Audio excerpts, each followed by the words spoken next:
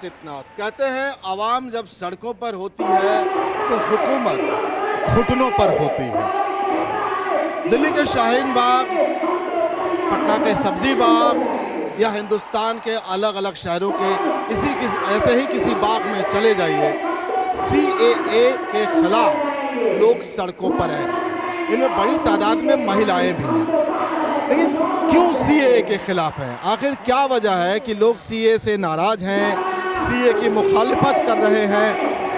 CAA को लेकर जो एक माहौल बना है देश में, क्यों ऐसा माहौल बना है? इतनी नाराजगी क्यों है लोगों में?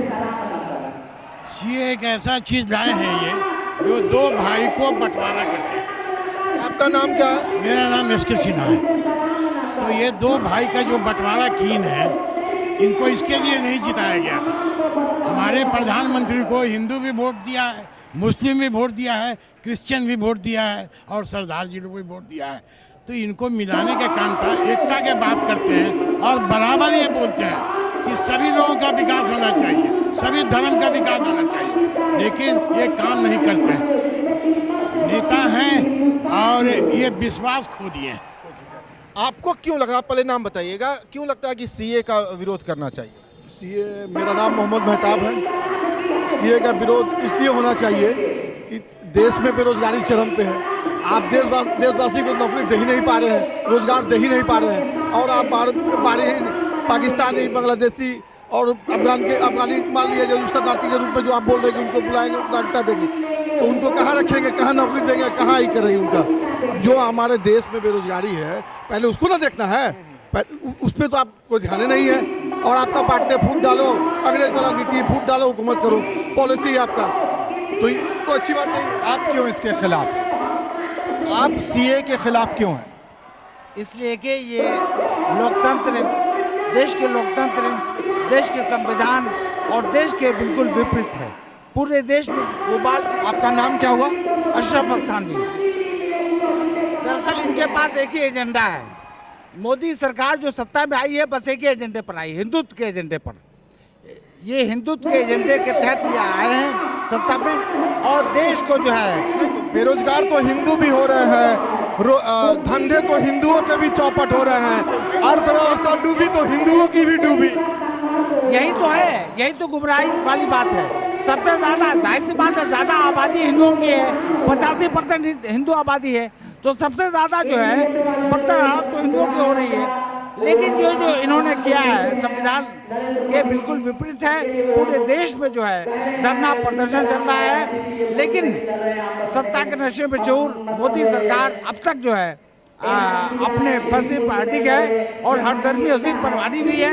लेकिन मुझे लगता है कि सर्वोच्च न्यायालय इस ओर जरूर ध्यान देगा, चूँकि देश के प्रबुद्ध नागरिकों ने वहाँ रिट पिटीशन दाखिल किया है, जो हर जगह से आहत हो गए हैं। तो जो देश का अंतिम अदालत है, वहाँ 22 तारीख को उस पर कुछ निर्णय आना है।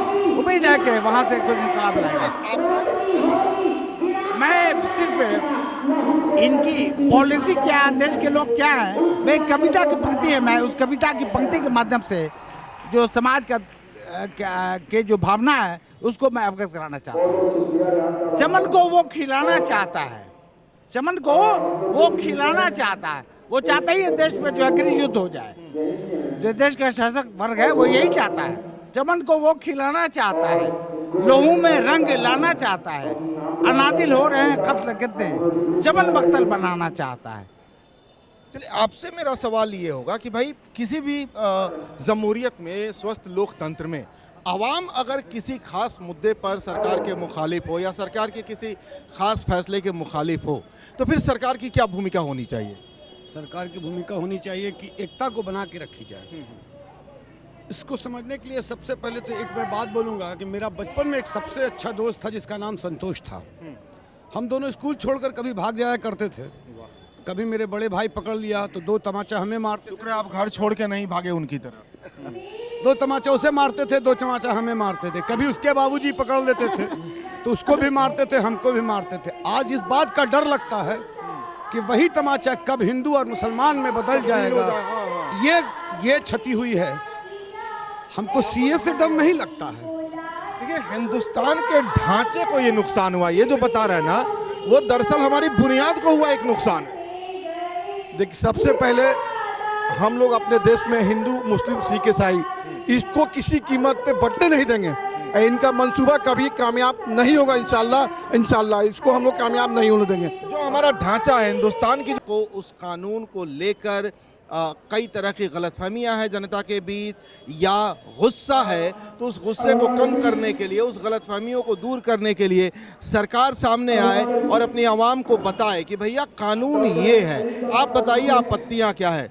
देश किसी सरकार का नहीं होता, देश वहाँ की जनता का होता है, और अगर जनता को नापसंद है तो हमें लगता है कि वो सरकार को भी पसंद नहीं होना चाहिए। कैमरामैन अकरम अली के साथ असित नाथ, एटीएन लाइव।